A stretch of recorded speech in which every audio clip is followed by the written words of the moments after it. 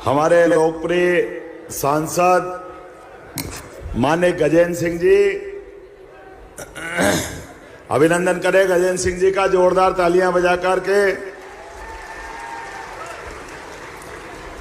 और खंडवा के लोकप्रिय सांसद, जोरदार ताली बजाए खंडवा के हमारे लोकप्रिय सांसद ज्ञानेश्वर जी के लिए भी। एक माननीय राज्यसभा के सांसद भी आपके साथ है, माननीय डॉक्टर सुमेर सिंह जी, जोरदार ताली बजाए सुमेर सिंह जी के लिए। विधायक हमारे वरिष्ठ नेता माननीय बालकृष्ण पाटीदार जी, जोरदार तालियां पाटीदार जी के लिए भी।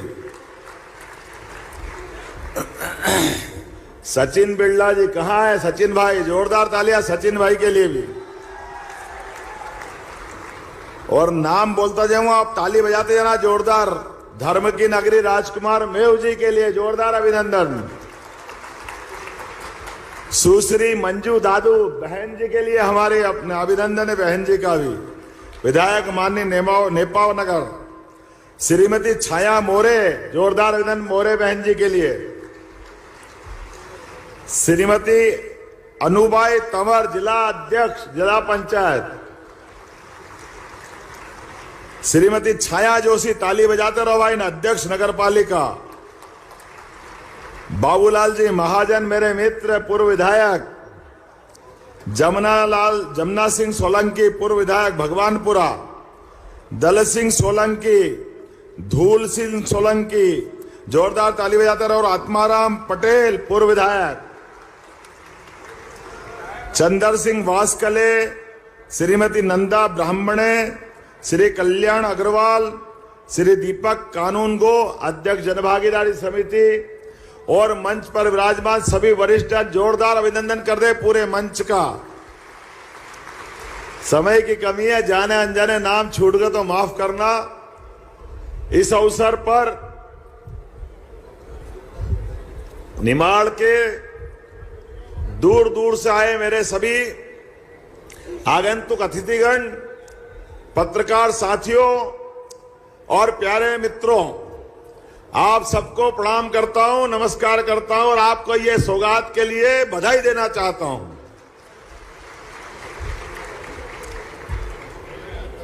ओंकार महाराज की धरती, जिनकी अपनी आभा आज से लगभग 1000 साल पहले शंकराचार्य जी महाराज ने गाई है, ऐसी मां रेवा, नर्मदा के किनारे वाला ये बेल्ट, और इस बेल्ट पे परमात्मा की जब दृष्टि पड़ती है तो वो अलग ढंग से निकल के आता है। और निमाड़ तो वो वीरों की धरती है, महावीरों की धरती है, बाजीराव पेशवा की धरती है, जिनने तलवार से जो युद्ध का माहौल बनाया। दुनिया आज भी आश्चर्यचकित है इस बात के लिए। मैं आपके इस क्षेत्र के अंदर कॉलेज जीवन के समय से आता रहा हूं, जब ये पुराने जमाने में विक्रम विश्वविद्यालय का क्षेत्र का हिस्सा माना जाता था। और ऐसे ही आपके जैसे कई सारे गरीब विद्यार्थी की तरह मैं भी सरकारी स्कूल में पढ़ा, सरकारी कॉलेज में पढ़ा। यह दर्द मैं जानता हूं कि कॉलेज और विश्वविद्यालय हमारे से दूर होता तो तकलीफ भी क्या होती है।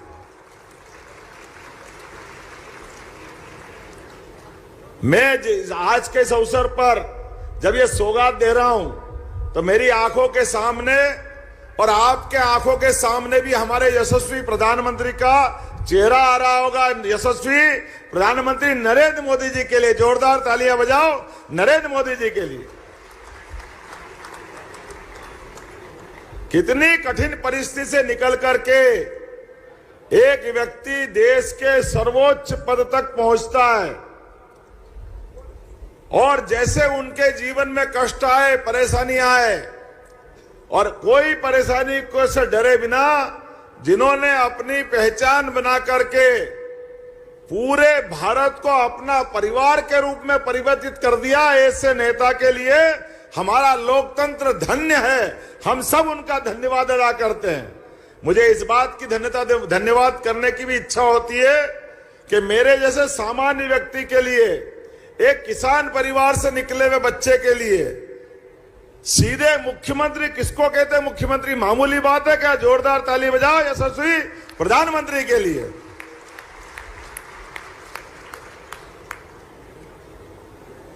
लोकतंत्र के लिए यही बात तो महत्व रखती है।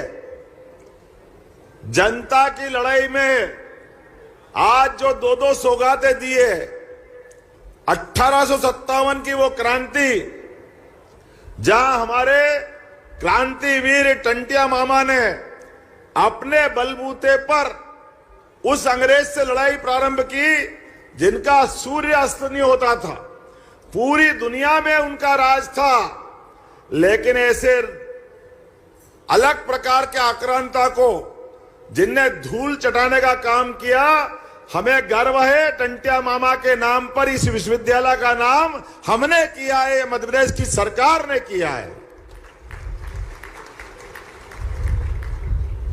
क्या बुलंद हौसला हुआ होगा उनका, क्या संकल्प शक्ति हुई होगी जो हमारी वीरता के लिए मुकुटमणि बन के दिख रहा है सबके सामने।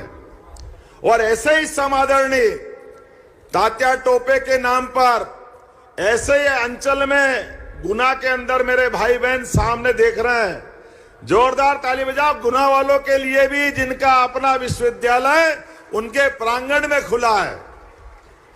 मैं आपका भी वंदन करता हूं, आपका भी अभिनंदन करता हूं, आपको भी बधाई देता हूं। गुना, अशोकनगर, शिवपुरी तीनों जिलों के लगभग 65,000 विद्यार्थी अगर विश्वविद्यालय में अपनी खुद की पढ़ाई करने के लिए सुविधा पाते तो वास्तव में वो धन्यवाद के पात्र है। और सरकार को आनंद है इस बात का कि हमारे बच्चों को अब ग्वालियर जाने की जरूरत नहीं पड़ेगी, अपने गुना के अंचल में उनकी खुद की डिग्री मिलेगी, उनकी सारी पढ़ाई की व्यवस्था, सारे रिजल्ट, सारी परीक्षाएं अपने कैंपस में होगी। इसी प्रकार से 5 जिले निमाड़ के खंडवा, खरगोन, बड़वानी, अलीराजपुर और बुरहानपुर, बहुत दूर है, आखिरी में महाराष्ट्र की सीमा पे। बड़ा मन में कष्ट होता था, कहां इंदौर, और उसके पहले तो और उज्जैन आगे। बच्चों ने जैसा लगता कोई पाप कर दिया क्या, इतनी दूर क्यों जाना चाहिए? उनके अपने विश्वविद्यालय में कोई काम पड़े तो वह पास में क्यों नहीं होना चाहिए? मुझे इस बात की प्रसन्नता है, खरगोन ने वो दरवाजा दिखाया है कि अब किसी को कहीं दूर जाने की जरूरत नहीं, सबके लिए यही व्यवस्था होगी इसी खरगोन विश्वविद्यालय के अंदर। और यशस्वी प्रधानमंत्री के नेतृत्व में आपको ये विश्वविद्यालय नहीं मिल रहा, केवल इस विश्वविद्यालय में कई सारे कोर्स, ध्यान रहे शिक्षा विभाग के अधिकारी भी सुन ले, 2 साल से कम समय में ये विश्वविद्यालय सभी प्रकार के कोर्स खोले। कृषि विश्वविद्यालय की तरह एग्रीकल्चर भी यहीं खुलेगा इसी विश्वविद्यालय के अंदर। और जो यहां खुलेगा वो गुना में भी खुलेगा, गुना में भी बाहर नहीं जाएंगे, गुना के बच्चों को भी ये लाभ मिलना चाहिए। मेरे मित्र भारत सरकार के उड्डयन मंत्री ज्योतिरादित्य सिंधिया जी, जोरदार तालियां बजाओ गुना के लोग, हमारे यहां के लोग भी, जिनके कारण से ये सौगात मिल रही है। सिंधिया जी से मैं किसी कारण जुड़ नहीं पा रहा हूं, लेकिन मेरे को इस बात की खुशी है कि थोड़े दिन पहले ही अभी हमने और उनने मिलकर के मध्य प्रदेश के अंदर यशस्वी प्रधानमंत्री के माध्यम से प्रदेश का सबसे बड़ा एयरपोर्ट ग्वालियर में देने की शुरुआत की थी और जबलपुर को भी उसके साथ जोड़ा था। हमने संकल्प लिया है विकास के मामले में किसी प्रकार की कोई कोर कसर बाकी नहीं रहेगी। यहां के बच्चे, अभी आप मार्कशीट लेके घूमते हो, आपकी डिग्री लेके घूमते हो, कोई कारण से मार्कशीट फट जाए, डिग्री गुम हो जाए तो कागज अवेरने की झंझट रहती है। मुझे इस बात की प्रसन्नता है, इन विश्वविद्यालयों में डीजी लॉकर के माध्यम से कोई कागज लेके घूमने की जरूरत नहीं है। सब अपने आप दस्तावेज का डिजिटलाइजेशन होगा। किसी को यहां से लेके अमेरिका तक कोई भी कागज की जरूरत पड़ेगी, केवल लॉकर, जैसे बैंक में आपका सामान रखा रहता लॉकर में, ऐसा डीजी लॉकर आप खोल के बता देना, अच्छे अच्छे जहां से देखेंगे वहीं से वह कागज आपके मिल जाएंगे। कोई कागज लेके घूमने की जरूरत नहीं पड़ेगी। हमारे यशस्वी प्रधानमंत्री पेपरलेस विज्ञान के मामले में लगातार आग्रह कर रहे हैं और हमने भी निर्णय किया है। अपने महाविद्यालय में भी आप दूर दूर से आते होंगे, अब महाविद्यालय की अपनी बस चला करेगी कॉलेज के अंदर आने जाने के लिए और विश्वविद्यालय में आने जाने के लिए। अपने खुद के महाविद्यालय और विश्वविद्यालय में आने के लिए बस से आने जाने की सुविधा हमारी सरकार देगी, ये हमने निर्णय किया है। चाहे गुना हो, ग्वालियर हो, उज्जैन हो, इंदौर हो, हर जगह हमारे महाविद्यालय के बच्चे अपने आने जाने के लिए अलग से पेट्रोल का खर्चा क्यों करें। आज के जमाने में सामूहिक रूप से जो व्यवस्था मिलती है उसका लाभ क्यों नहीं मिलना चाहिए। मेरी बात से सहमत हो तो आपने हाथ खड़े करके बताओ और ताली वाली बजा के बताओ कि हाँ, हमको यह सुविधा चाहिए कि नहीं चाहिए। हमारे सारे जनप्रतिनिधि बैठे हैं मेरे साथ, विधायक रहे हैं मेरे मित्र, जोरदार ताली बजाओ गुना विधायक के लिए भी। आपका नाम भूल गया था मैं, लेकिन सारे मित्र बैठे हैं, सारे प्राध्यापक बैठे, सारे मित्रों के साथ आज जब मैं बात कर रहा हूं, आने वाले समय में ये महाविद्यालय केवल कागज की डिग्री देने के महाविद्यालय नहीं रहेंगे। इन महाविद्यालय में हमारे बच्चे आने वाले समय में नई शिक्षा नीति के माध्यम से प्राचीन संस्कृति पे भी गर्व करेंगे, गौरव करेंगे। हमारे अयोध्या में भगवान राम मुस्कुरा रहे हैं, बोला जय जय श्री राम। तो सांस्कृतिक राष्ट्रवाद से जब हम बात कर रहे हैं तो भगवान राम, भगवान कृष्ण, उनके जीवन के विविध प्रसंगों को कैसे छोड़ सकते हैं? छोड़ सकते हैं क्या? अरे ऐसे पिता भगवान राम ने कितने अलग अलग प्रकार के अपने जीवन में आदर्श उत्पन्न किए हैं। आदर्श पिता, आदर्श पुत्र, आदर्श विद्यार्थी। भगवान राम के जीवन काल को देखो तो आज भी भगवान राम के प्रति आनंद का भाव मन में आता है। राजा में राजा, राम राज्य की कामना सब करते हैं। ऐसे भगवान राम को दूसरे दल के लोगों ने उनके जन्म स्थान का भी झंझट खड़ा करा और तो और पैदा होने पे भी प्रश्न खड़ा करा।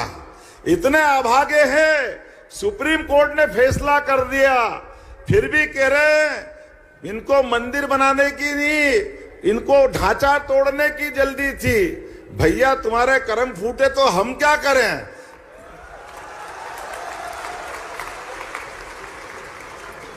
भगवान राम के देश में, भगवान कृष्ण के देश में अगर ये तुम्हारे मुंह से निकल रहा है तो नर्मदा मैया माफ कर देना इनको। इनके पाप इतने हैं कि आप भी कम पड़ जाओगे।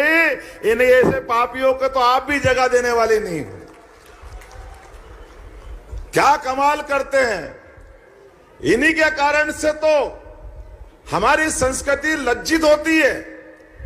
हमें इस बात का गर्व है, यशस्वी प्रधानमंत्री के नेतृत्व में हमने भगवान राम का भी जगमगाया हुआ धाम देखा है और बाबा महाकाल का भी जगमगाता धाम महालोक बना करके दिखाया है।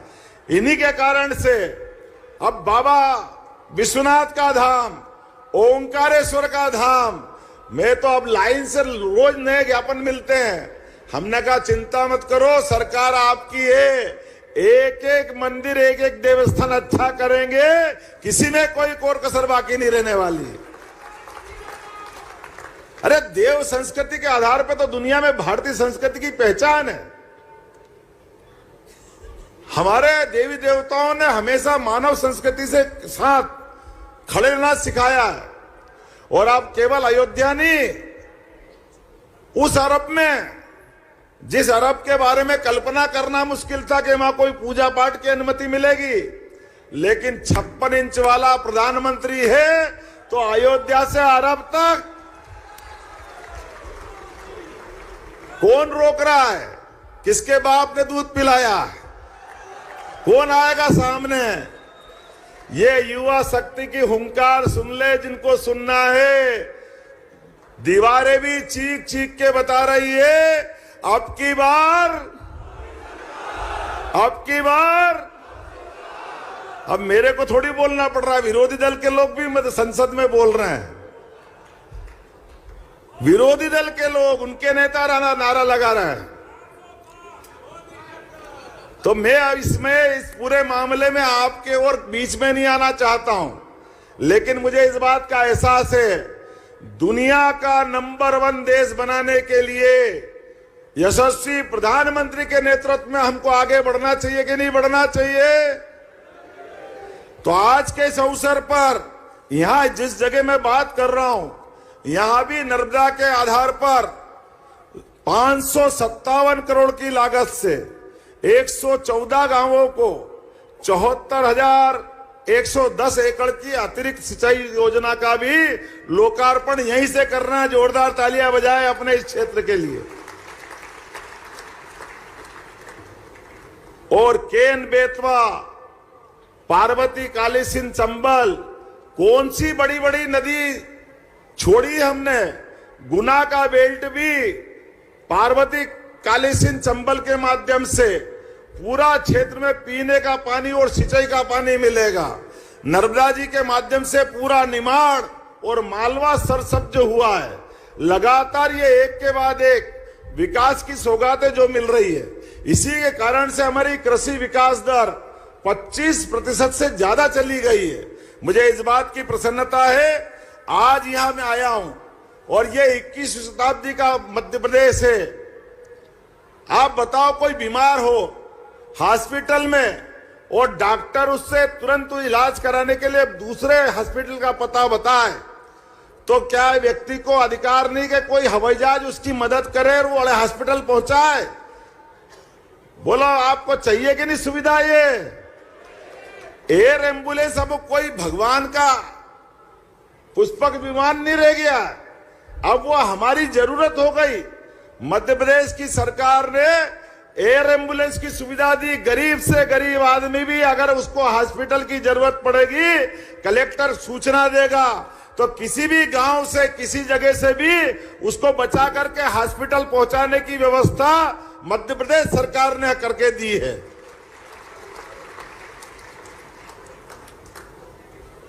इसी के साथ साथ हम सब जानते हैं, विद्यार्थी आने वाले समय में अपने मध्य प्रदेश को आगे बढ़ाना है, तो पायलट ट्रेनिंग इंस्टीट्यूट भी खुलना चाहिए कि नहीं खुलना चाहिए? आप हवाई जहाज उड़ाना भी नहीं उड़ाना, आपको हेलीकॉप्टर भी उड़ाना कि नहीं उड़ाना है? ये कोर्स भी हमारे विश्वविद्यालय, महाविद्यालय में खोला जाएगा।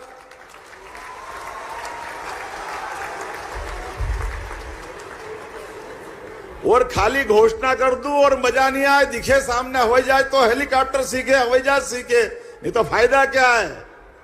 तो आज ही हमने भोपाल से, आजकल तो सोशल